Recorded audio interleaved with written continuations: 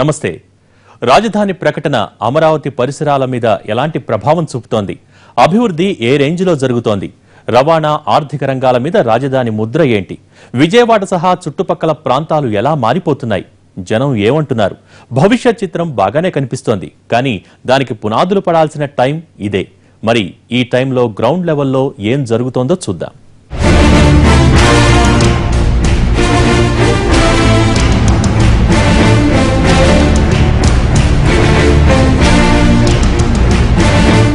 ప్రపంచ స్థాయి రాజధాని, అంతర్జాతీయ పెట్టుబడులకు ఆహ్వానం అంటూ గొప్పగా మాట్లాడుతున్నారు. మరి అంతర్జాతీయ సమాజాన్ని ఆకట్టుకోవటానికి అవసరమైన మౌలిక వస్తువులు ఇక్కడున్నాయా? అమరావతి నిర్మాణం పూర్తయ్యే వరకు విజయవాడే రాజధాని. అమరావతి కార్యకలాపాలన్నీ అక్కడి నుంచే జరగాలి. అలాంటి విజయవాడలో వసతులు ఎలా ఉన్నాయి?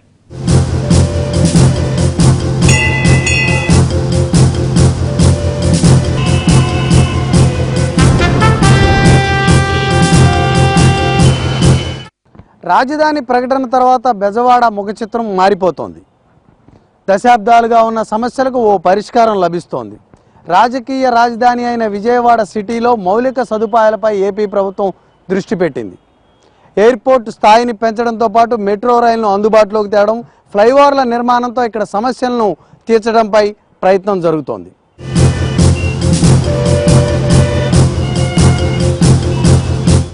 రెండు రోడ్లు, 3 కాల్వలు, అడ్డదిడ్డమైన ట్రాఫిక్.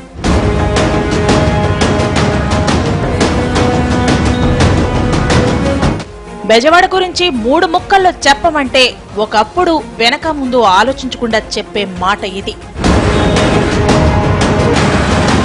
విశాలమైన రోడ్లు, మెట్రో రైలు, అభివృద్ధికి కేర్ ఆఫ్ అడ్రస్. ఇది ఇప్పుడు తడుముకోకుండా చెప్పే మాట.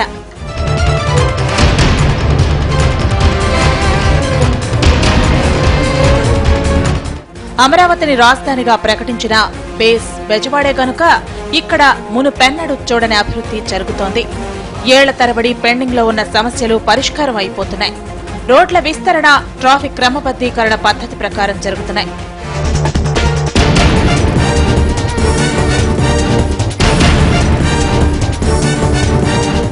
నగరానికి పట్టిన మురికి వదులుతోంది. క్రమంగా పరిపాలనా కేంద్రాన్ని హైదరాబాద్ నుంచి విజయవాడకు మార్చడం, సీఎం చంద్రబాబు ఇక్కడే ఎక్కువ రోజులు ఉంటుండటంతో పరిస్థితిలో మార్పు వస్తోంది. నగర పారిశుద్ధ్యం మీద దృష్టి పెట్టిన సీఎం స్వయంగా కాల్వగట్ల వెంబడి తిరుగుతూ ఆదేశాలివ్వడంతో రూపురేఖలు మారుతున్నాయి. గతంలో కాల్వగట్ల మీద పిచ్చి చెట్లు పెరిగి వాటి మధ్య అసాంఘిక కార్యకలాపాలు జరిగేవి. కానీ ఇప్పుడు ఆ పరిస్థితి పూర్తిగా మారిపోయింది. కాల్వల్లో జల రవాణా, గట్ల వెంబడి పార్కులను అభివృద్ధి చేయబోతున్నారు. విజయవాడ మున్సిపల్ కార్పొరేషన్ దీనికి సంబంధించిన ప్లాన్ సిద్ధం చేస్తోంది. విజయవాడ పైలట్ ప్రాజెక్ట్ అని చెప్పి బందర్ రోడ్లో ముఖ్యంగా starting point police control room నుంచి బెంజ్ సర్కిల్ దాకా, అదేవిధంగా సీఎం క్యాంప్ ఆఫీసు, అది కాకుండా బెంజ్ సర్కిల్కు వచ్చినటువంటి బందర్ రోడ్కు వచ్చినటువంటి ప్రతి లైన్, ఇదన్నీ కలుపుతూ ఒక స్మార్ట్ విజయవాడ పైలట్ ప్రాజెక్ట్ చేస్తున్నాము. దీనిలో పూర్తిగా ఫ్రీ వైఫై, అదేవిధంగా smart lighting systems, traffic systems, అదేవిధంగా సిటిజన్ సర్వీసెస్, తర్వాత పైప్డ్ గ్యాస్ కనెక్షన్స్, ఇలాంటి ఎఫ్ఐఆర్ ఫైల్ చేయడం ఫ్రీగా, అదేవిధంగా ట్రాన్స్పోర్టేషన్ బస్సులో కూడా కెమెరాలు పెట్టి దాదాపు 161 లొకేషన్స్ ఐడెంటిఫై చేస్తూ అక్కడ అన్ని రకాల సంవిధానాలు ఒక స్మార్ట్ ఏరియా లాగా డెవలప్ చేస్తున్నారు.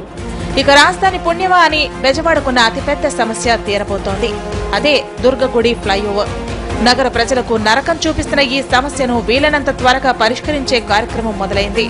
హైదరాబాద్ నుంచి విజయవాడలోకి ఎంటర్ అవ్వాలన్నా, అట్నుంచి రాజమండ్రి, చెన్నై వైపునకు వెళ్లాలన్నా ఇదే ప్రధాన మార్గం. కానీ ఓ వైపు నది, మరోవైపు ఇంద్రకీలాద్రి కారణంగా ఈ రోడ్డు విస్తరణకు అవకాశం లేదు. దీనికి పరిష్కారంగా భారీ ఫ్లైఓవర్ నిర్మించబోతున్నారు.